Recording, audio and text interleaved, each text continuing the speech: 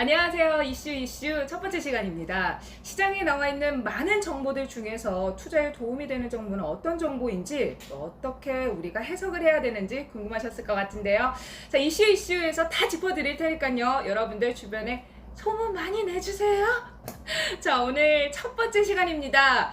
첫 번째 시간을 본격적으로 시작하기 전에 여러분들이 너무 좋아하시는 분이죠. 무국 선생님 소개해드릴게요. 선생님 안녕하세요. 네, 안녕하세요. 선생님 이제 이슈 저와 함께 하시게 됐는데 앞으로 어떤 이야기 전해주실까요?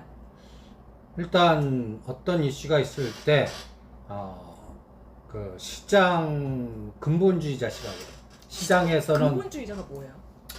그러니까 어널리스트나 시장 전략가는 이 상황에 대해서 예측을 하잖아요. 근데 예측이 그 방향대로 갈 수도 있고 반대로 갈 수도 있잖아요. 그러면 시장 근본주의자는 그 이슈가 나올 때 시장에 그 해당되는 연결고리의 종목을 선택해서 그 종목이 정답이다. 그래서 종목에 의존하는. 간단히 예를 들어서 오늘 삼성전자도 오르고 그 다음에 호텔신라 우선주도 많이 올랐어요. 두 가지가 잘못하면 한쪽은 망가질 수 있거든요. 예를 들어서 이재용 부회장이 구속되면 삼성전자가 급락하는 반면 호텔신라 우선주는 뭐 급등할 수가 있어요. 그런데 만약에 그렇지 않고 구속되는 게 이제 그 영장실질 판사님께서 구속할 사유가 없다 하는 순간에 삼성전자는 안도랠리 나오는 반면 뭔가 호텔신라 우선주 이재용 부회장의 마이너스 에너지 속에 이부진시 연결고리에서 지분 연결고리 해갖고 급등했던 종목들이 오히려 흔들어 버릴 수 있는 이런 롱숏이 갈릴 수 있거든요. 근데 이게 결정이 언제예요? 그거를 이제 시장과 엮어서 설명을 해주신다라는 그러니까 말씀이시죠? 그게 이제 6월 8일 날 그 오전에 결정이 돼요. 그럼 선생님 우리 이슈를 하나씩 먼저 짚어보면 좋을 것 같아요. 이재용 부회장이 구속이 됐다 풀려났잖아요. 근데 왜 이번에 또 구속을 한다고 하는 거예요? 그때는 풀려났고 이제 그거에 대한 최종적인 이제 판결이 진행되는 과정이에요.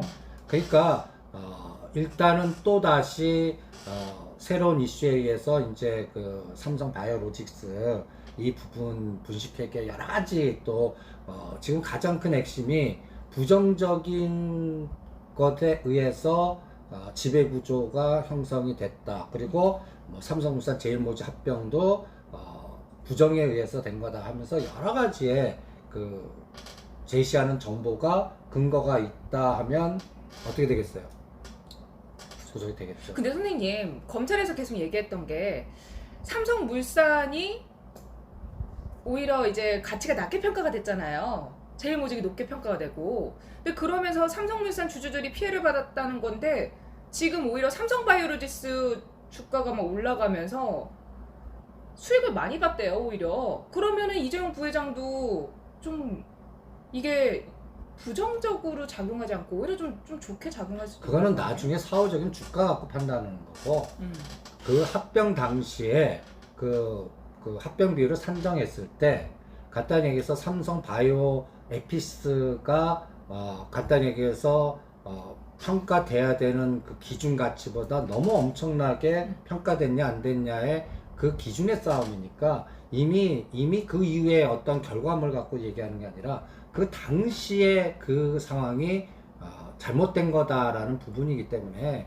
이 부분은 일단 그 이후에 주가 움직임보다는 오히려 그것을 한 거에 대한 합법성이 있느냐 아니냐 이런 것들의 법원 판결이 필요하기 때문에 이 부분에 대한 흐름이 계속 경제적 측면에 지금 삼성전자가 굉장히 중요한 위치에 와 있거든요. 주가 시장에. 그러니까 삼성전자가 올라가는 에너지에 그동안 1400에서 2200 거의 가까이 오는 동안 상대적으로 삼성전자, SK하이닉스가 제일 못 갔습니다. 그러니까 이 부분에 대한 뭐라 그럴까요? 키 맞추기 에너지가 그래서 지금 상승을 보는 그 분석가나 리서치 센터에는 이 장은 이제 IT나 삼성전자가 주도할 거다. 삼성전자 6만 원 넘을 거야. 하면서 그런 에너지가 있는데 그게 이제 법률 리스크나 CEO 리스크로 그게 에너지가 갑자기 축소될 수 있다. 그렇죠. 그 뭐랄까요? 된소리를 맞을 수가 있죠. 그러니까 이런 부분이 일단은 다음 주 월요일과 화요일 코스에 결정이 돼요. 그럼 선생님, 삼성전자가 많은 개인 투자자들이 가지고 있는 종목이잖아요. 그러면 그 판결 결과에 따라서 삼성전자에 투자한 사람들은 어떻게 해야 돼요? 저는 그 전에 매도하라고 그럽니다. 그 전에요? 이미 근데 금요일장이 끝났고. 그러니까 월요일 날 12시 이후에 나올 거예요. 그러면 전장의 시간이 있잖아요. 그리고 저는 그게 이제 이재용 부사장 구속이 안 되는 상태로 가더라도 5만 5천 원에서 6만 원에서 삼성전자 사갖고 추가 수익률이 얼마 될 거냐 하는 것보다 100만 원에서 300만 원어치 그 양매수 옵션 하는 게 더 낫다 이렇게 판단합니다.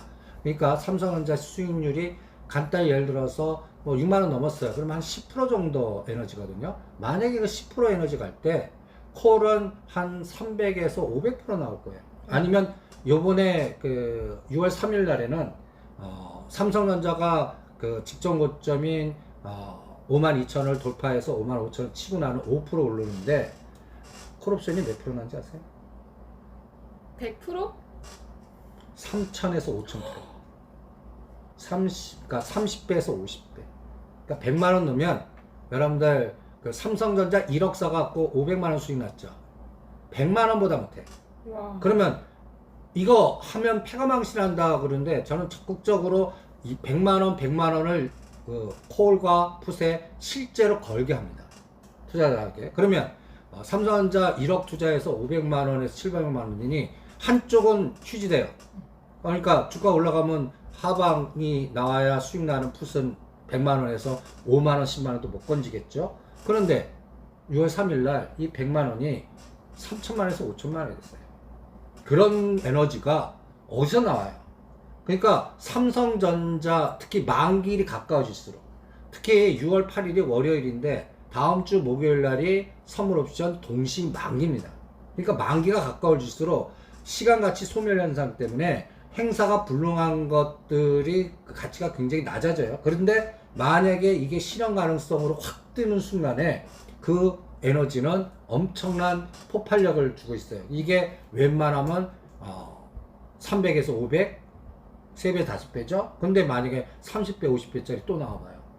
그러면 여러분들 주식이나 간단히 얘기해서 옵션 뭐 여러 가지 할 때 나는 여기도 평균해봐요. 삼성전자 사갖고 내는 수익률의 돈하고 어떤 예를 들어서 이렇게 표현하면 모르는데 뭐 세력주나 잡주 해갖고 해서 나온 수익률하고 나온 돈이 색깔이 달라요. 저는 나한테 최고의 주식은 투자해갖고 나한테 더블 주는 주식이 최고 우량주라고 생각해. 실전에서는. 삼성전자 우리나라 1등을 하는 종목이지만 수익률 게임에서는 똥주예요, 똥주. 그러니까 오히려 실전 매매에서 우리가 그 인식도 버려야 된다고 생각해요. 우리가 장이 이제 2200에서 1400 갈 때 삼성전자 초창기에는 피난가라고 그랬어요. 이 쓰나미가 어디까지 떨어질지 모르니까 삼성전자를 버틸 것 같으니까 피난가자고 그랬지만 이제 선물 쪽에서 3월 19일인가 20일 사이에 1조 매수를 들어오는 거예요.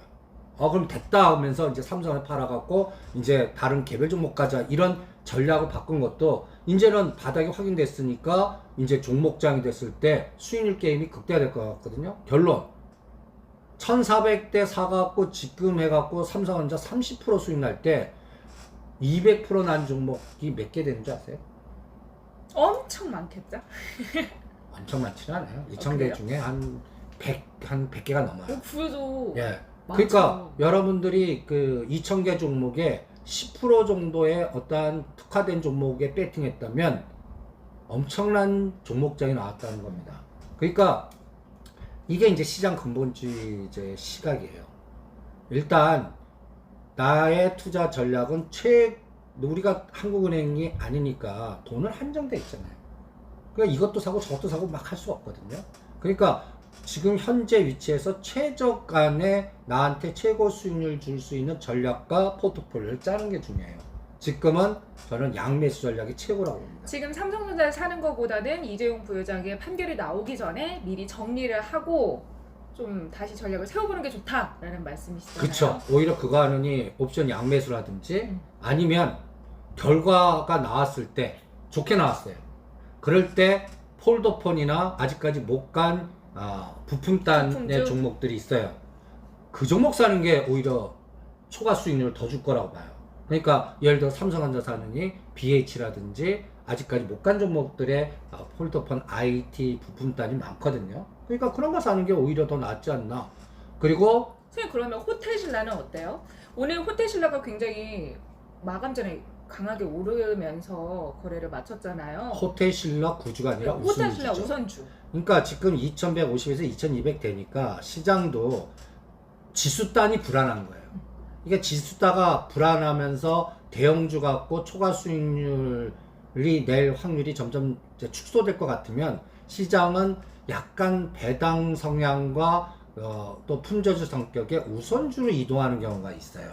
그러면 선생님께서 보시는 거는 삼성전자가 올라가고 또 호텔신라 우선주가 올라간 게 이재용 부회장의 판결과 관련해서 수혜주 찾기가 아니라 호텔신라 우선주가 올라간 거는 우선주 찾기의 열풍 속에서 올라간 거죠. 같이 간 거라고 보고 여기서 이제 그 이재용 부회장의 결과에 따라서 롱숏이 갈리겠죠. 그런데 또 전략은 우선주가 조정을 해요. 저는 그때 조정해서 오히려 사자 실전에서는. 왜? 궁극적으로는 이부진 씨의 지분이 확보해야 돼야 되는데 항상 그 상속이나 후계 구도나 이럴 때 전환 우선 상환 스타일로 합니다. 그러니까 우선주를 보통주로 전환시켜서 이제 그 회사의 지분을 갖고 오는, 그러니까 그들만의 리그를 하기 때문에 일반들은 참여를 못 할 거예요. 그러니까 그래서 우선주 게임이 엄청난 에너지를 줍니다. 옛날 현대 엔지니어링 나올 때 현대건설 우선주, 요새 삼성중공업 우선주 보세요. 엄청나게 급등합니다. 이런 것들도 보이지 않게 우선주 게임도 특화된 거예요. 아니면 그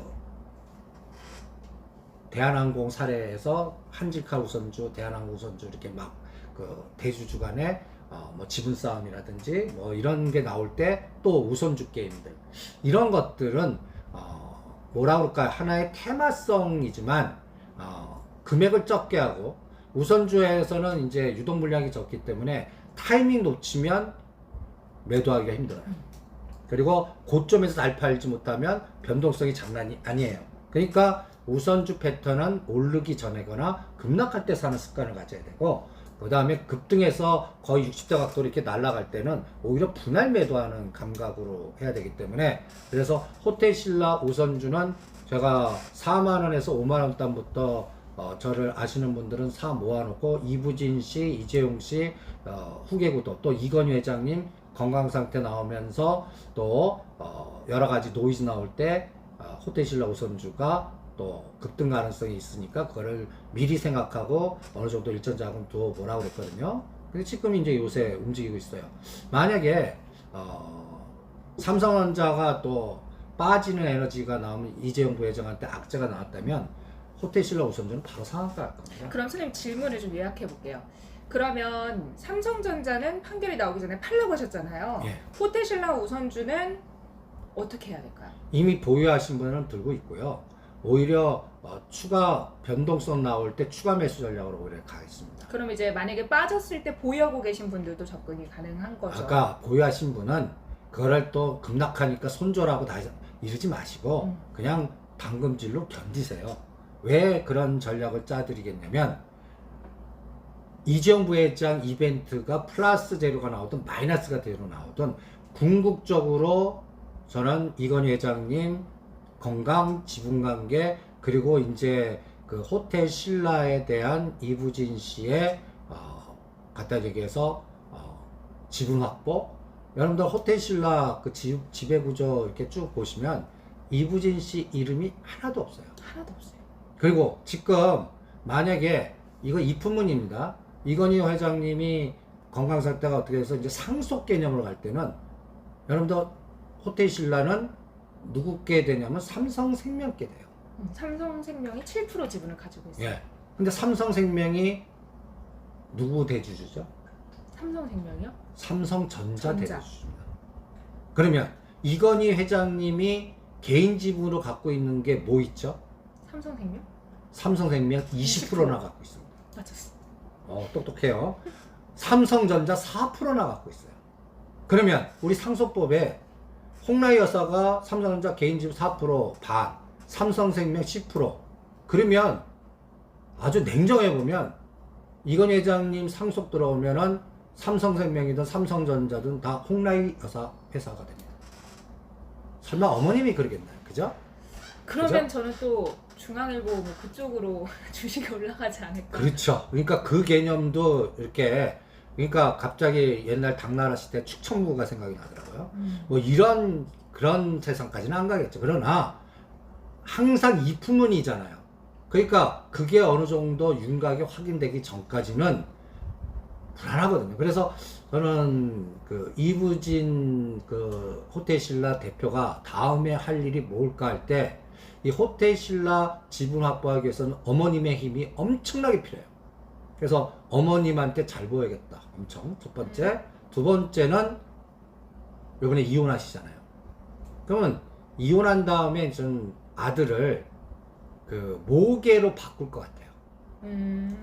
그것도 이제 그 호적법이 좀 바뀌는 것 같습니다. 그거 작업해서 내가 호텔신라를 어느 정도 키운 거를 자식한테 이제 후계구도 넘기는 이 라인을 10년 안에 구체화시킬 것 같아요. 그리고 그 앞으로 10년 안에 분명히 나의 연배 이렇게 보면 그 여러분들 보면 현대차 그룹 그 정종 회장 때도 그 형제들의 난이 얼마나 끔찍했습니까? 그죠? 기억나시죠? 정몽구, 정명원. 그 다음에 최근에 롯데그룹도 보세요. 형제간에. 그러니까 우리나라의 1등인 삼성그룹입니다. 여기도 지금 이재용 회장, 부회장으로 후계구도가 된 것 같지만 지금 이게 하나 복병이에요. 이건희 회장님의 건강상태, 이건희 회장님이 개인 금산법 피하려고 삼성생명을 20% 갖고 있는 게 이게 또 참 그 삼성그룹이 있던 독소 조항이 될 수가 있어요.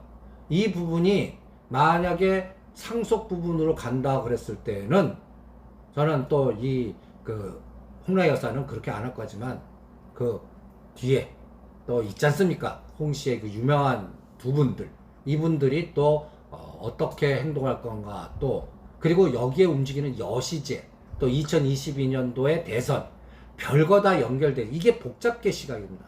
그래서 이런 것까지도 쓸데없다 생각하지만 다 생각해보고 거기서 최저간이 뭘까라는 걸 볼 때 삼성전자 호텔신라 우선 줄 때 저는 삼성전자는 수익률이 파생시장 때문에 제한돼 있다고 봐요.